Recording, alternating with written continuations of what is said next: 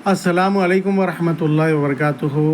अल्हम्दुलिल्लाहि वहदा वस्सलातु वस्सलामु अला मल्ला नबी अबादा व अला आलिहि व सहबिहि अजमईन अम्मा बाद फ़अऊज़ु बिल्लाहि मिनश शैतानिर रजीम बिस्मिल्लाहिर रहमानिर रहीम रब्बि इश्रह ली सदरी व यस्सिर ली अमरी वहलुल उक़दतम मिन लिसानी यफ़क़हू क़ौली। आज जो उन्वान के बारे में मैं बात करने वाला हूँ वो है, जब नमाज में हम अल्लाहु अकबर बोल के ठहरते हैं तो हम हाथ जो है ना काम बांधना है। हमारे मुसलमानों की अक्सरियत जो है ना हाथ जो है ना ये नाफ के नीचे बांधते हैं। जो नाफ के नीचे बांधने की जो हदीस है सही सुनन अबू दाऊद की, वो ज़ईफ़ हदीस है। और जो सही हदीस है और जो सही तरीक़ा है हाथ जहाँ बांधने का, वो है चेस्ट पे बांधना और नाफ के ऊपर जो है ना चेस्ट पे जो है ना हाथ बांधना, जैसे औरतें हाथ बांधते हैं। औरतें जो चेस्ट पे हाथ बांधते हैं नमाज पढ़ते वक्त, वो सही तरीक़ा है नमाज में हाथ बांधने का। जेंट्स भी एग्जैक्टली उसी तरीक़े से अपने चेस्ट पे जो है ना हाथ बांधना है।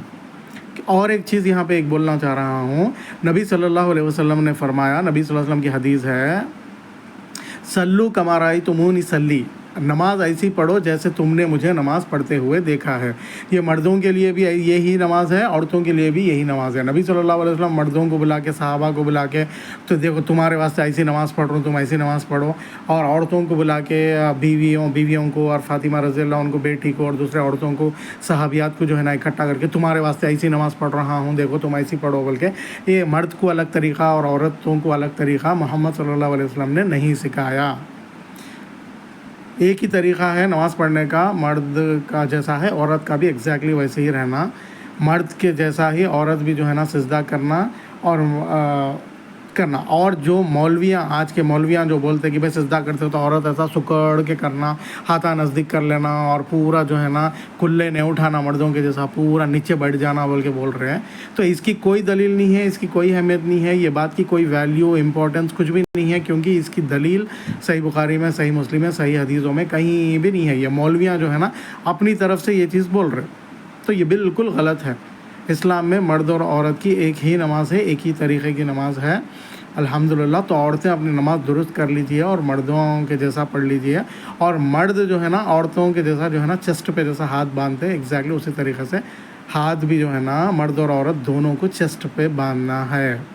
और पूरी नमाज भी मर्द और औरत की एक ही नमाज है, मर्द और औरत की नमाज़ में कोई फ़र्क नहीं है।